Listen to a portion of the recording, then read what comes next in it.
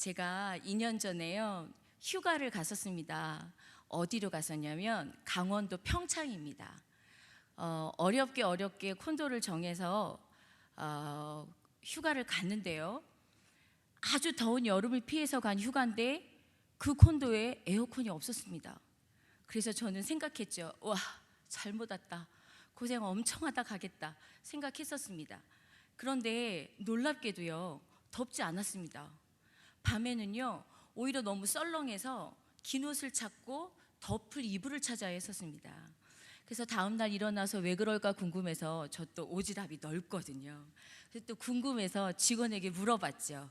아니, 여기는 왜 에어컨이 없는데 이렇게 시원해요? 제가 그랬더니 그 직원 말이, 여기는 해발 고도가 높아요. 다른 곳 같지 않아요.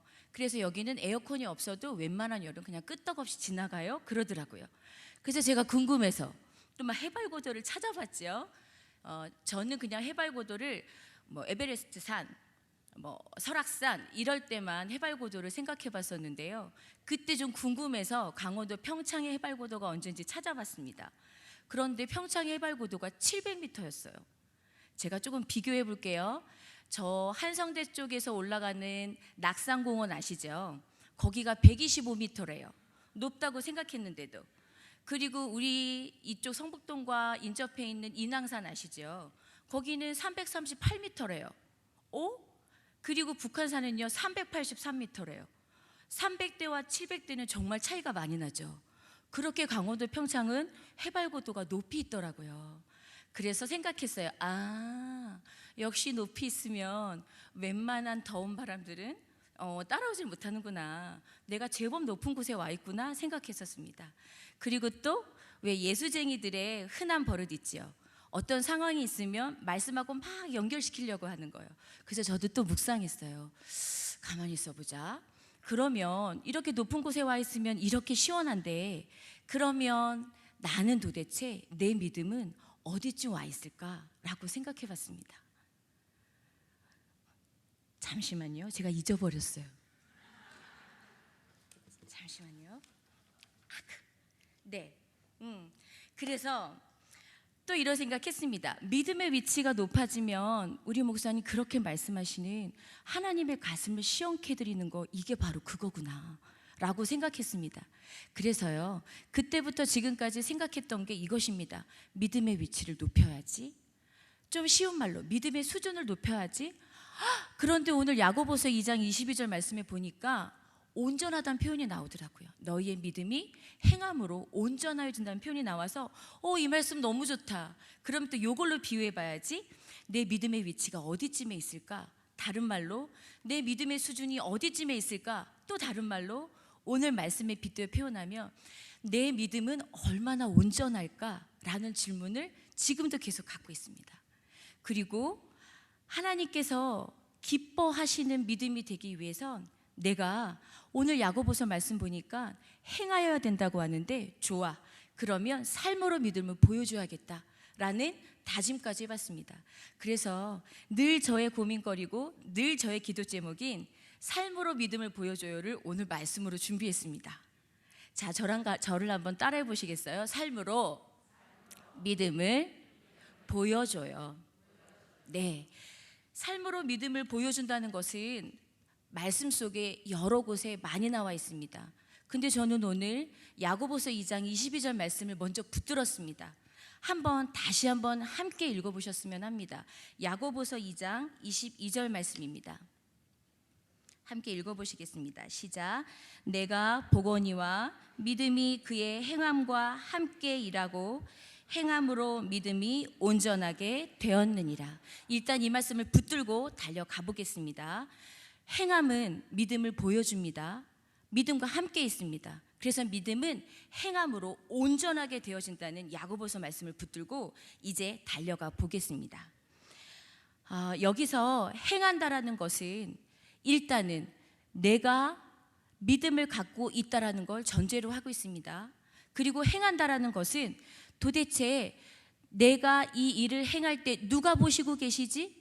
누가 함께하고 계시지? 라는 것을 먼저 머릿속에 염두에 두시고 달려가 보셨으면 좋겠습니다. 그래서 저는요, 먼저 세 고세의 말씀을 보려고 하고요. 그리고 세 가지로 말씀을 분류해 보았습니다.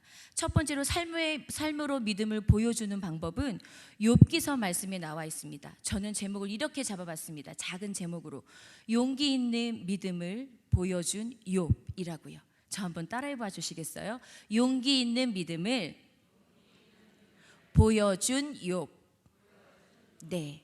욥기서 말씀은 보지 않겠습니다. 제가 보려고 하는 말씀은 욥기서 1장 1절에서 2장 22절까지의 말씀인데요. 이곳에서는 욥이 얼마나 하나님께 큰 복을 받았는지와 하나님께서 그걸 어떻게 거두어 가시는지 과정이 나와 있습니다. 잠깐 소개하자면 욥은 동방 사람 중에 이처럼 훌륭한 사람이 없다라고 할 정도로 하나님께 복을 받고 부유한 것도 보통 부유한 게 아니었습니다. 아들은 7명이나 있었고요. 딸은 3명 있었어요. 종들도 많았습니다. 낙타가 100마리, 200마리 수준이 아니고 1000마리 수준이었습니다. 낙타, 소, 양떼 할 것 없이 하나님께 받은 복이 무척 많았습니다. 그런데요, 가져가실 때 하나님께서 어떻게 가져가시냐면 말씀을 보면 이렇습니다.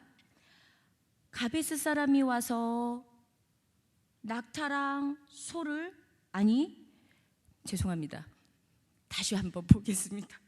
자, 스바 사람이 와서 소와 나귀를 몽땅 훔쳐갔고 소와 나귀를 돌보는 종들을 다 죽였다고 합니다. 겨우 한 사람만 살아나와 이 이야기를 욥에게 전해줍니다. 또한 갈대아 강도가 나와서 낙타 3,000마리를 다 훔쳐갔다고 합니다. 그걸 돌보고 있었던 종들도 다 죽고 그나마 한 명 살아서 욥에게 전해주러 옵니다.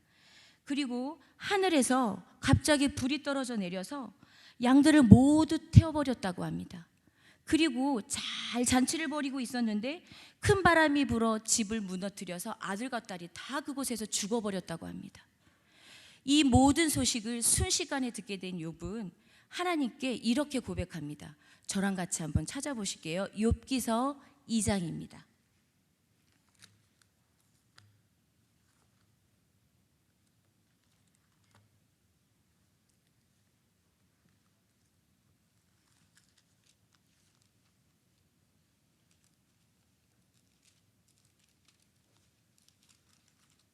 욥기서 2장 21절 말씀, 구약 762면에 있습니다.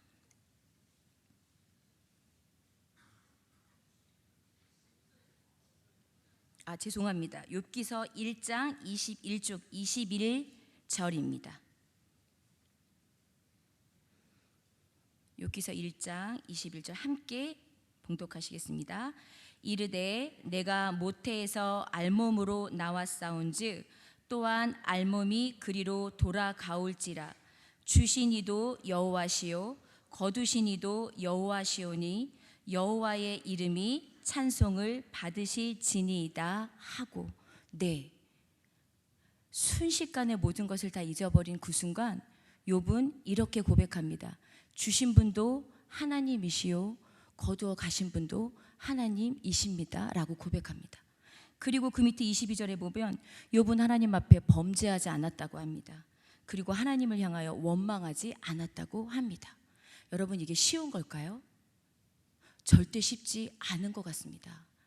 하나님 앞에 나와 범죄하지 않을 수 있는 건 이 모든 일을 허락하신 분이 하나님이시라는 것을 알고 있다는 겁니다. 그것을 놓치면 하나님 앞에 원망하고 불평하는 건 당연한 일인 것 같습니다. 그런데 욥은 이렇게 고백했습니다. 주신 분도 하나님이시요 거두어 가신 분도 하나님이십니다. 그렇게 고백할 수 있었던 욥은 22절 말씀처럼 하나님 앞에 불평하지 않았고 원망하지 않았습니다. 성도 여러분, 하나님 앞에 용기 있는 믿음을 보여주십시오. 지금 내가 겪고 있는 이 일이 하나님이 허락하신 일이라고 생각한다면, 온 마음으로 믿고 계시다면 불평하지 마시고 원망하지 마시고 하나님께 감사의 찬양을 드리셨으면 좋겠습니다. 그래서 주신 분도 하나님이십니다. 감사합니다, 하나님. 그런데 이렇게 가져가신 분도 하나님이심을 저 힘들지만 믿습니다 라고 고백하시는 용기 있는 믿음을 보여주시기를 간절히 소망합니다. 두 번째는 사무엘상 말씀을 보려고 합니다. 조금 낯선 사람이 나옵니다. 사무엘상 25장 1절에서 35절에 보면 나발이라는 사람과 아비가일이라는 사람이 나옵니다. 나발은요, 이름의 뜻이 뭐냐면 미련한 자라고 합니다. 이 말씀 속에 나오는 인물은 나발, 그의 아내 아비가일, 그리고 다윗과 그의 부하들입니다. 제가 잠깐 소개해드리자면 다윗과 그의 부하들은 그 동네의 양 부자인 나발의 집에 갑니다. 오늘은 양 깎는 날입니다. 양 깎는 날은 잔치를 벌이는 날이라고 되어 있습니다. 그래서 잔치를 베풀고 있었습니다. 그런데 사실 알고 보면 나발의 양들을 친 목자들은 다윗과 다윗의 부하들에게 도움을 많이 받았습니다. 왜냐하면 한 곳에 있었을 때 그들이 해하지 않도록 다윗과 다윗의 부하들이 지켜줬기 때문입니다.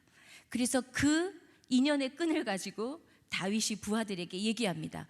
오늘 나발의 집에 잔치가 있는데 좀 가라. 가서 음식을 좀 함께 나눠달라고 얘기를 좀 해봐라 라고 다윗이 다윗의 부하들에게 얘기합니다. 그래서 부하들은 갑니다. 당연히 나발이 줄 알고요. 근데 나발은요, 비웃습니다. 다윗이 누구냐? 너희들이 를 도왔냐? 세상에, 요즘에는 주인을 떠나 도망다니는 종들도 많다는데 그런 거냐? 야, 내 사람들 먹일 것도 없다. 그냥 가라. 이렇게 표현합니다. 말씀을 요약하자면요. 그 이야기를 들은 부하들은 다윗에게 알려줍니다. 다윗은 화가 많이 났습니다. 은혜를 모르는 사람을 치기 위해 칼을 들고 400명을 데리고 그 집을 갑니다. 왜요? 나발과 그곳에 있는 남자들을 다 죽이려고요. 은혜를 모르는 사람들을 치러요. 그런데 그 소식을 그 자리에 함께 있었던 하인들이 나발의 아내인 아비가일에게 알려줍니다. 아비가일은 그 모든 이야기를 듣고 불이 나게 음식을 준비해서 다윗이 가는 길을 막기 위해 달려갑니다. 그리고 얘기합니다. 그 말씀이 오늘 이제 말씀이 있는데요. 일단은 여기까지 말씀드리고 말씀을 함께 보겠습니다. 아비가일은 다윗의 가는 길을 막고 얘기합니다. 다윗이여, 하나님께서 이 시간 당신의 손에 피를 묻히지 않도록 나를 통해 막으십니다. 그러니 참아주세요. 내 남편의 이름이 오죽하면 미련한 자 나발이겠습니까? 그의 미련함을 잊어버리십시오. 용서해 주십시오. 그리고 나의 이 정성과 나의 이 용서를 구함을 보시고 한번 봐주십시오 라고 말씀드립니다. 그리고 난 다음에 말씀입니다. 사무엘상 25장 30절에서 31절입니다. 사무엘상 25장 30절에서 31절입니다. 452면입니다.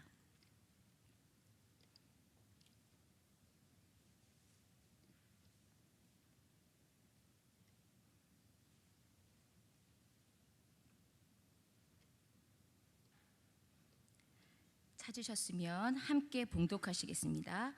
여호와께서 내 주에 대하여 하신 말씀대로 모든 선을 내 주에게 행하사 내 주를 이스라엘의 지도자로 세우실 때에 내 주께서 무죄한 피를 흘리셨다든지 내 주께서 친히 보복하셨다든지 함으로 말미암아 슬퍼하실 것도 없고 내 주의 마음에 걸리는 것도 없으시리니 다만 여호와께서 내 주를 후대하실 때에 원하건대 내 주의 여종을 생각하소서 하니라.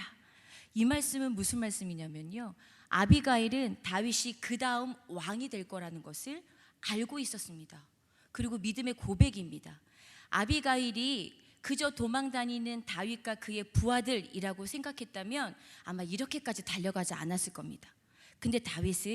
그런데 아비가일은 다윗과 그의 부하들과 함께 하시는 하나님을 볼 수 있었습니다.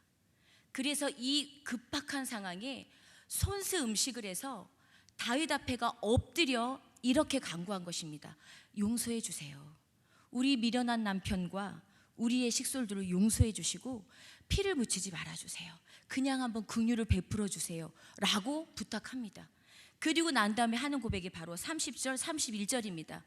내용을 보면 이렇습니다. 하나님께서 당신을 후대하시고 당신에게 행하시는 것이 당신을 이스라엘 지도자로 세우실 때에 라는 표현이 나옵니다. 하나님께서 다윗에게 기름 부어 다윗이 그 다음에 왕이 된다는 것을 알고 믿음으로 고백하고 있는 바로 그 순간입니다. 첫 번째 용기 있는 믿음을 보여준 욥처럼 아비가일도 지혜로운 말로 믿음을 보여줬는데요. 그럴 수 있었던 이유는 이 순간에 함께 하실 하나님, 다윗과 함께 하시는 그 하나님을 아비가일은 볼 수 있었기 때문입니다. 그 하나님을 볼 수 없었다면 그저 지나가는 손님, 내 남편과 내 식솔들이 이기겠지라고 하고 지나쳤겠지요. 하나님을 바라볼 줄 아는 믿음의 눈이 있으시기를 간절히 소망합니다. 그래서 어떠한 순간에도 내 입으로 함부로 말하지 않으시기를 간절히 소망합니다. 이것이 바로 하나님 귀에 들릴 말이기 때문입니다. 아비가일처럼 지혜로운 말로 사람을 부드럽게 마음을 바꿀 줄 아는 지혜로운 말로 믿음을 보여주는 우리 혜성의 성도님들 되시기를 소망합니다. 세 번째는 요나단입니다. 사무엘상 20장 1절에서 42절에는 너무도 잘 아시는 다윗과 요나단의 이야기가 나옵니다. 어떤 이야기이냐면요, 다윗이 요나단의 아버지인 사울에게 계속 죽음의 위협을 받아야 될 그 시기에 이제 도달했습니다. 내일은요, 사울과 함께 다윗이 식사를 해야 될 때입니다. 그런데 아무리 생각해도 다윗이 생각해보니 내일 같이 식사를 하면 사울왕이 자기를 죽일 것 같습니다. 그래서 내일 안 가고 싶습니다. 요나단 함께 만나 다윗이 요나단에게 말합니다. 요나단, 너희 아버지가 날 자꾸 죽이려고 한다. 그래서 내가 3일 동안 숨어 있어 보려고 해. 요나단은 그럴 리가 없다라고 얘기합니다. 그럴 리가 없어. 우리 아버지는 그러신 분이 아니야. 그래 요나단, 나도 그랬으면 좋겠어. 내가 3일 동안 숨어 있을 테니까 그동안 네가 너희 아버지와 이야기를 좀 나눠볼래?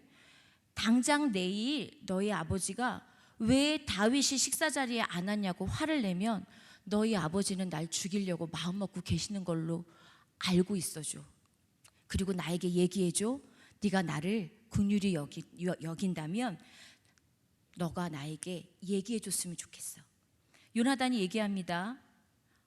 바위 옆에 있으라고요.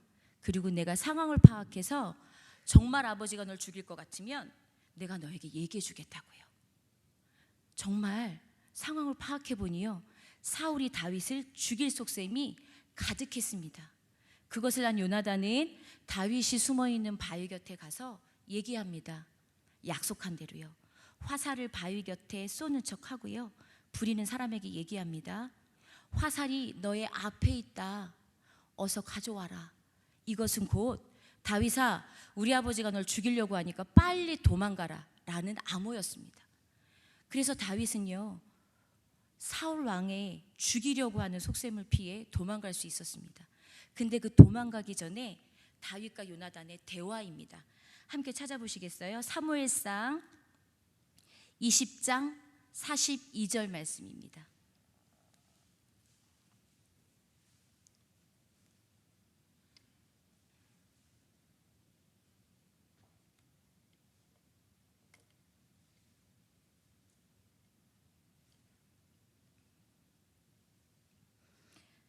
구약 443면에 있습니다. 함께 봉독하시겠습니다. 요나단이 다윗에게 이르되 평안히 가라. 우리 두 사람이 여호와의 이름으로 맹세하여 이르기를 여호와께서 영원히 나와 너 사이에 계시고 내 자손과 내 자손 사이에 계시리라 하였느니라 하니 다윗은 일어나 떠나고 요나단은 성읍으로 들어가니라. 아버지가 왕이면 아들이 당연히 왕이 돼야 된다고 생각하지 않았을까요? 그런데 요나단은 다윗을 살려주었습니다. 그리고 큰 우애를 뽐내어 지금까지도 다윗과 요나단의 우정이라는 설교를 주일학교에서는 합니다. 그런데 그럴 수 있었던 힘은 오늘 이 말씀에 있었던 것처럼 여호와께서 영원히 나와 너 사이에 계실 거다라는 고백 속에 있습니다. 요나단이 하나님께서 다윗과 함께 하시는 걸 믿지 않았다면 분명히 요나단도 그의 아버지의 편일 것이었습니다. 그런데 요나단은 하나님께서 다윗과 자기 사이에 영원히 계시고 계시다라는 걸 믿고 고백했습니다. 그래서 요나단은 다음 왕이 될 다윗을 알고 있었지만 살려주었습니다. 이렇게 겸손함으로 믿음을 보여줄 수 있는 건 이것 또한 하나님이 이 가운데 함께 하시기 때문이라는 걸 고백하는 믿음에서 나오는 행동입니다. 여러분, 저는 지금까지 여러분에게 세 가지의 말씀을 드렸습니다. 삶으로 믿음을 보여주는 믿음의 수준을 높이는 방법은, 믿음의 위치를 높이는 방법은, 믿음이 온전해지는 방법은 바로 여러 가지가 있겠지만 저는 그 중에 세 가지를 말씀드렸습니다. 첫 번째 뭐냐면 요처럼 용기 있는 믿음을 보여주시기를 바랍니다. 두 번째는 아비가일처럼 지혜로운 말로 믿음을 보여주셨으면 좋겠습니다.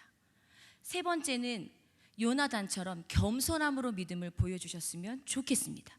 그런데 이 모든 것이 되기 위한 전제 조건이 있습니다. 지금 이 순간 이 사건 속에, 이 상황 속에 누가 살아서 보고 계시다고요? 하나님께서 살아서 보고 계시고 하나님께서 살아서 이 가운데 계시다라는 그 마음에 온전히 믿어지는 그 믿음이 없다면 삶으로 믿음을 보여주는 건 쉽지 않다는 것입니다. 저를 한번 따라해봐 주시겠어요? 용기 있는 믿음을 보여주세요. 지혜로운 말로 믿음을 보여주세요. 겸손함으로 믿음을 보여주세요. 우리의 삶 속에 지금까지도 열심히 해온 것 속에 한 번 더 점검해 주셨으면 하는 부분입니다.